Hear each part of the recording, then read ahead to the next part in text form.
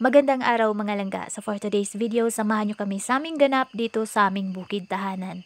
Kahapon nga po, sobrang lakas ng hangin. Kaya naman wala akong mini vlog kasi ang hirap talaga mag voice over ng sobrang ingay. Ngayon nga po ay meron pa rin kaunting patak ng ulan at mahangin pa din talaga. Yung ibang kaganapan dito ay kahapon pa at yung iba ay kaninang umaga. Hindi ako magsasawa sa inyo na i-share yung aking morning routine dito sa bundok. Pagkagising, syempre nanay tayo, sa kusina talaga ang diretso. Kaninang umaga naman ay medyo maliwanag at kung nakita nyo, merong kaunting init dyan. Natuwa naman ako at makapag-harvest tayo ng init para sa ating solar. Ilang araw na din po kasi na hindi kami makapag-charge ng aming mga cellphone gawa nga ng sobrang ambon at wala talagang kainit-init. Yan po talaga ang matinding kalaban namin dito sa bundok. Yung pagcha-charge paggamit ng solar power kapag walang mainit, walang init ng araw. Sa ngayon, tiyaga-tiyaga muna kaming bumababa sa highway sa kalsada mga langga para doon kami mag-charge ng aming mga cellphone. Anyway mga langga, tingnan nyo naman itong mga pananim ko na pichay. Sobrang madamo na talaga at hindi ko naalagaan. Kaya naman ito,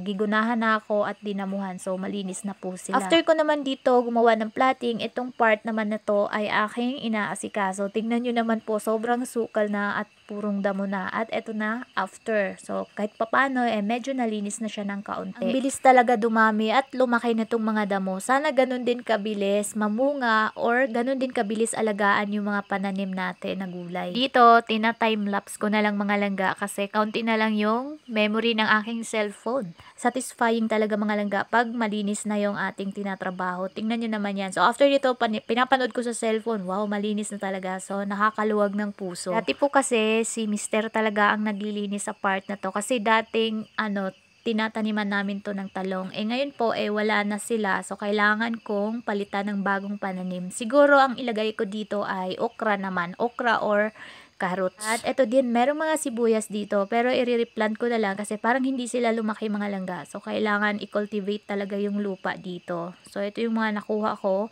Tanim ito ni nanay nung pagdating nila dito.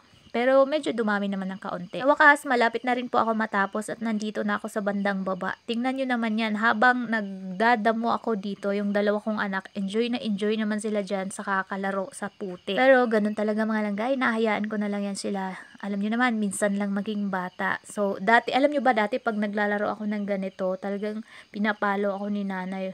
Kasi nagagalit talaga kasi madumi. Pero ngayon sa mga anak ko, hinahayaan ko na lang sila. Iba na po kasi yung mindset ng henerasyon natin ngayon, yung mga batang 90s na nagiging parents na rin. So, ayan mga langga, natapos ko rin itong part na to na maglinis. Bukas, ang plano ko ay magpa-plotting naman ako dito para sa aking taniman. Tapos na akong magdamo, hindi pa rin sila natapos maglaro. Kaya ayan, niyaya ko na maligo na kami. Pupunta na kami dun sa balon. Pero parang ayaw pa nga sumama, talagang nag-e-enjoy pa. Sa mga kapwa ako nanay dyan, kayo ba mga langga, inahayaan nyo din ba yung mga anak nyo na maglaro sa ganito kadumi or sa ganito kaputi? Ayan po, papunta na kami nito ng balon para paliguan at maligo na rin po ako.